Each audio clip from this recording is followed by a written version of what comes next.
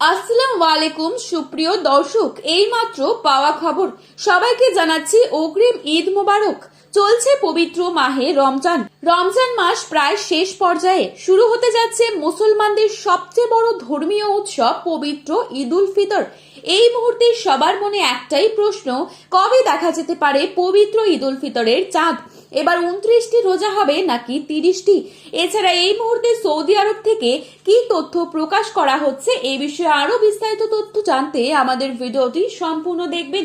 আর আপনি কোন জেলা থেকে এই ভিডিওটি দেখছেন অবশ্যই কমেন্ট বক্সে লিখে জানাবেন।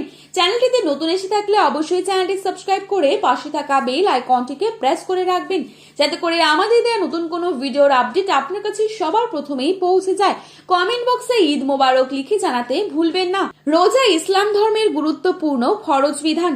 ইমান নামাজের পর সুস্থ, স্বাভাবিক এবং প্রাপ্তবয়স্ক নারী পুরুষ সবার জন্যই বাধ্যতামূলক ইবাদত হচ্ছে এই রমজান মাসের রোজা। বাংলাদেশে এবার পবিত্র রমজান শুরু হয়েছে 19শে ফেব্রুয়ারি 2026। এক মাস সিয়াম সাধনার পর শাওয়াল মাসের চাঁদ দেখা গেলে উদযাপিত হয় পবিত্র ঈদ উল ফিতর, যা অত্যন্ত আনন্দের দিন সকল ধর্মপ্রাণ মুসলিমদের জন্য। রমজান মাসের 29 তারিখ সন্ধ্যায় আকাশে শাওয়ালের নতুন চাঁদ খোঁজা হয়। চাঁদ দেখা গেলে পরের দিনে ঈদ, আর চাঁদ দেখা না গেলে রমজান 30 দিন পূর্ণ হয়ে তারপরের দিন ঈদ উদযাপিত হয়।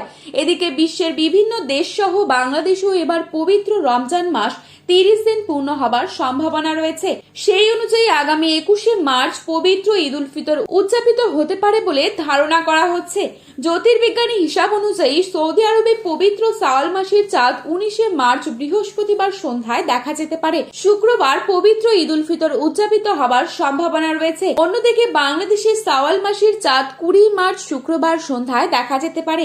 এ কারণে 21শে মার্চ শনিবার পবিত্র ঈদ উল ফিতর উদযাপিত হবার সম্ভাবনা রয়েছে। তবে চূড়ান্ত সিদ্ধান্ত নির্ভর করবে সংশ্লিষ্ট দেশের চাঁদ দেখা কমিটির ঘোষণার উপর। তো বন্ধুরা, এই ছিল আজকের গুরুত্বপূর্ণ খবরের আপডেট।